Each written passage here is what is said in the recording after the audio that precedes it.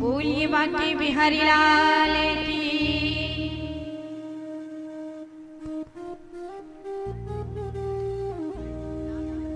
अच्युकं केशवं कृष्ण दामोदरं राम रामायणं जानकी वल्लभं।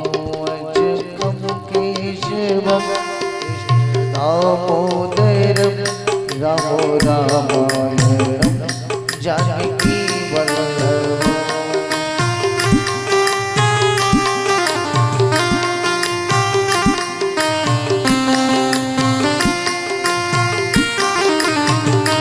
अच्युतं केशवं कृष्ण दामोदरं राम रामायणं जानकी वल्लभम्। अच्युतं केशवं कृष्ण दामोदरं राम रामायणं जानकी वल्लभम्।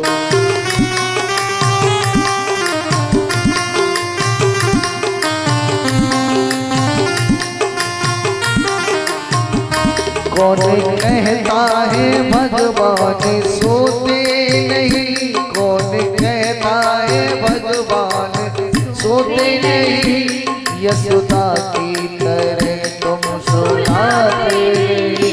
अच्युतं केशवं कृष्ण दामोदरं राम रामायणं जानकी वल्लभम्।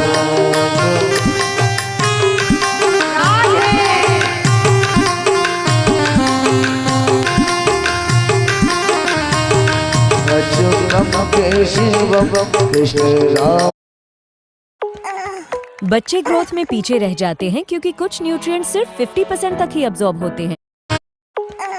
बच्चे ग्रोथ में पीछे रह जाते हैं क्योंकि कुछ न्यूट्रिएंट सिर्फ 50% तक ही अब्सॉर्ब होते हैं। अच्युतं केशवं कृष्ण दामोदरं राम रामायणं जानकी वल्लभम्। बोलिए बांके बिहारी लाल की। बोलिए राधा रानी सरकार की। एक बार जयकारा लगाएंगे, बोलिए हनुमंत लाल की। अभी अभी इस ब्रह्मदेव महाराज जो बाबा हैं, मुझे तो नहीं लगता कि इन बाबा को कोई ना जानता हो। बहुत ही सिद्ध स्थान है। इस स्थान के वर्तमान में जो अध्यक्ष हैं, क्या नाम है? देवेंद्र।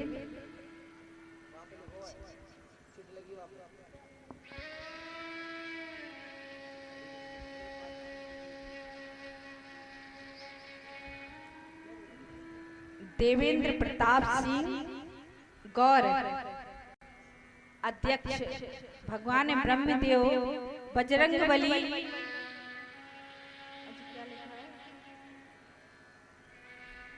त्रिलोकीनाथ इष्ट जमौली विकास खंड भागनगर और ऐसे हैं। इन्होंने अपनी बेटी संगीता कृष्ण प्रिया को ये ठाकुर जी की तस्वीर समर्पित की है।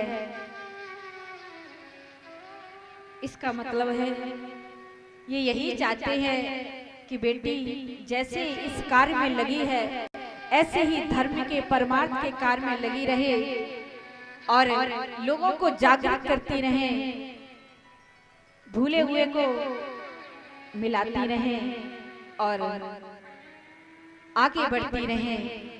ये मेरा आशीर्वाद है इन अध्यक्ष जी का, बस यही कहना है। और मैं तो यही चाहूँ भगवान इन पर कृपा बनाए रखें, बांके बिहारी श्री राधा रानी कृपा बनाए रखें और ये सदैव धर्म के कार्य में अपना हाथ बढ़ाते रहें और धर्म कार्यों को करते रहें।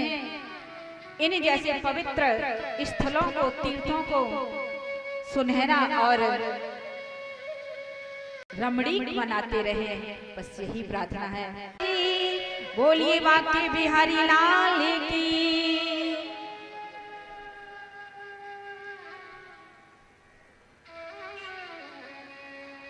हम लोगों को पता भी नहीं होता है कि हमारे जीवन में कब कौन संत आ जाए, कब कौन महापुरुष आ जाए,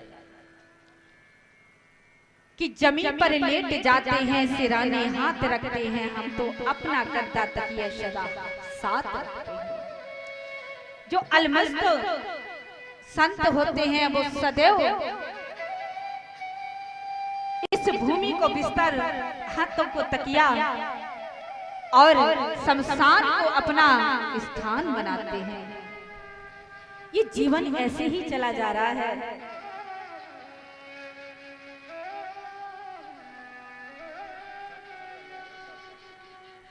ये देवी जी प्रसन्न है, ठाकुर जी कहते हैं कि प्यास लगती है तो पनघट की याद आती है, प्यास लगती है तो पनघट की याद आती है, और लाज लगती है तो घूंघट की याद आती है। और कैसी गमगीन है कहानी इस जिंदगानी की, उम्र ढलती है तो मरगट की याद आती है, उम्र ढलती है तो मरगट की याद आती है। अरे जीवन ऐसा ही है। मैं तो ये कहती हूँ, दुनिया में आए हो तो सब कुछ एक मानवता का परिचय देते हुए, देखो मनुष्य और पशु में कोई अंतर नहीं है। अब आप कहोगे कैसे अंतर नहीं है? एक अंतर है कि जो मनुष्य है वो धर्म पर चलता है, और जो पशु है वो धर्म पर चलना नहीं जानता है। और जिस दिन मनुष्य धर्म करना छोड़ देगा, उस दिन पशु और मनुष्य में कोई अंतर नहीं रहेगा। क्या रहेगा? पशु भी जिस प्रकार से पेट भरता है, उसी प्रकार से तुम भी पेट भरोगे। जिस प्रकार से पशु संतति करता है, उसी प्रकार से तुम करते हो। तो पशु में और मनुष्य में कोई अंतर नहीं है, सिर्फ और सिर्फ अंतर है वो सिर्फ इतना है कि मनुष्य धर्म पर चलना जानता है और पशु नहीं जानता है। तो हमको कि सदा शुभ आचरण करना सिखाती रोज रामायण, हमें निज धर्म पर चलना सिखाती रोज रामायण।